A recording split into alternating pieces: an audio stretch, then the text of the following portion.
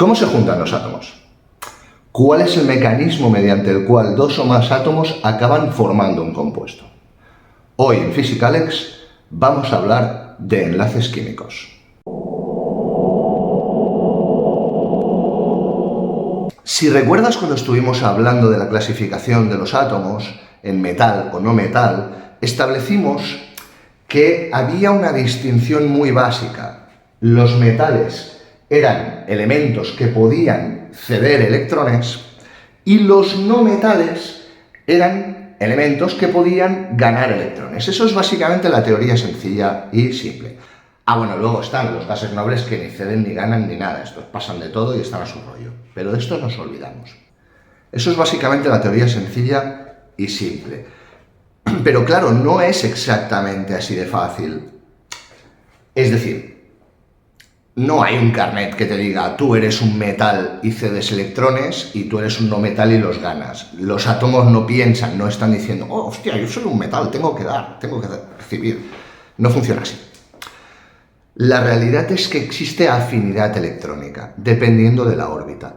Cuantos más electrones tienen en el último nivel orbital, recuerda que pusimos el ejemplo del litio y del flúor, si yo tengo un flúor cargado hasta arriba de electrones en su capa de valencia, en su última capa, digamos que tiene una afinidad enorme para conseguir ese último electrón que le falta. En cambio, un litio que tiene un electrón en su última capa de valencia, digamos que tiene menos, ¿de acuerdo? Tiene más facilidad por cederlo, tiene menos afinidad electrónica. ¿Eso quiere decir que lo va tirando por ahí? No, ¿de acuerdo? No puede soltar su electrón por la cara, ¿de acuerdo? No tiene manitas.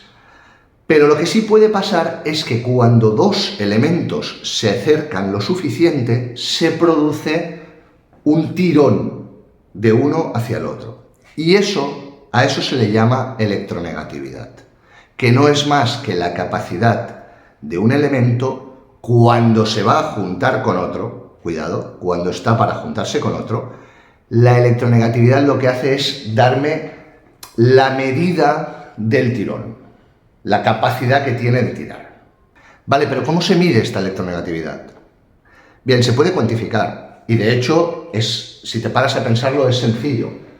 Yo tengo un elemento y este elemento establecimos, si te acuerdas, que la manera que tiene de perder electrones es o traficando con otro o mediante una cosa que es la energía de ionización.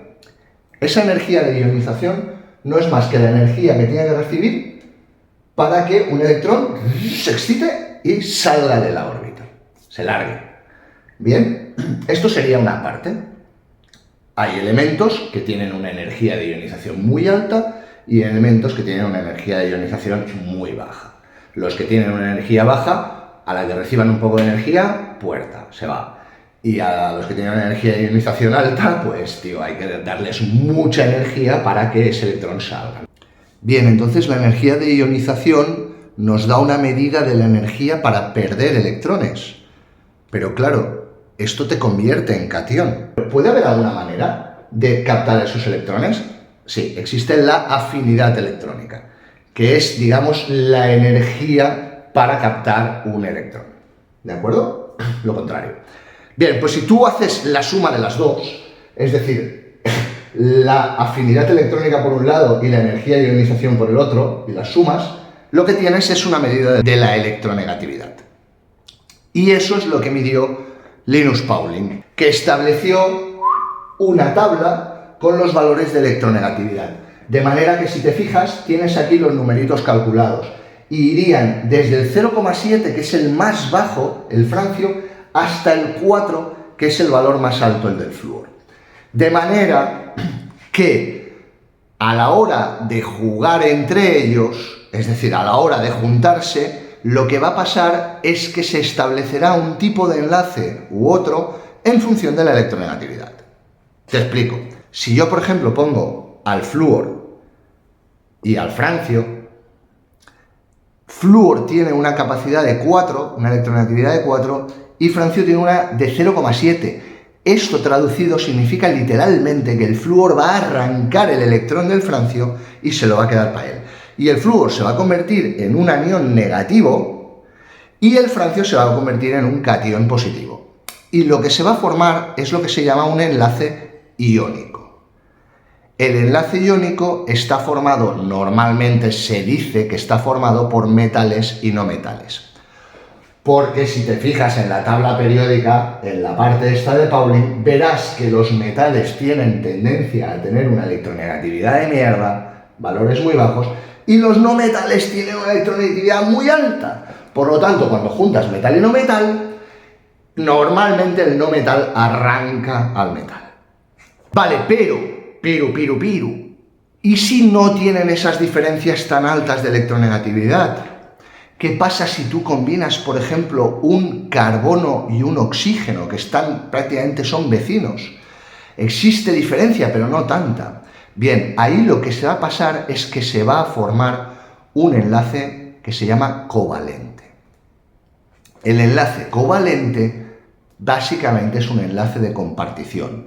Quiere decir que uno intenta tirar del otro, pero no puede lo suficiente, y entonces lo que se hace es llegar a un término medio. Se establece lo que se llama una órbita molecular, que esto lo veremos más adelante cuando hablemos en profundidad del enlace covalente.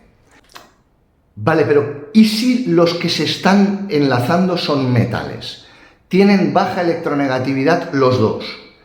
Bien, aquí lo que va a pasar es que se va a formar lo que se conoce como un enlace metálico.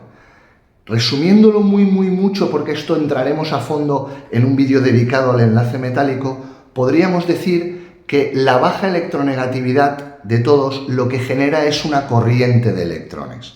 Es decir, básicamente lo que va a pasar es que el metal tiene a tendencia a ceder el electrón, pero es que el otro también. Por lo tanto, se va a producir una corriente de electrones que va alrededor de todos esos elementos.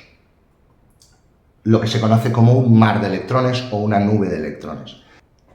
De manera que al final, en la práctica, se establecen tres tipos de enlaces dependiendo de quién juega con quién. Que básicamente es lo siguiente. Si junto un metal con un metal, lo que voy a tener es un enlace metálico. Si junto un metal con un no metal, lo que voy a tener normalmente es un enlace iónico. Y si junto no metal con no metal, lo que voy a tener es un enlace covalente. Y eso es todo por hoy. Este vídeo nos sirve como introducción al concepto de electronegatividad y qué tipos de enlaces químicos se van a formar. En los próximos vídeos de esta serie analizaremos en detalle cada uno de esos tipos de enlaces y veremos qué matices se forman en cada uno de ellos. Pero hasta el momento me despido de ti. Dale like, suscríbete, comparte si crees que es útil. Y gracias por tu tiempo, nos vemos en el próximo vídeo. Adiós.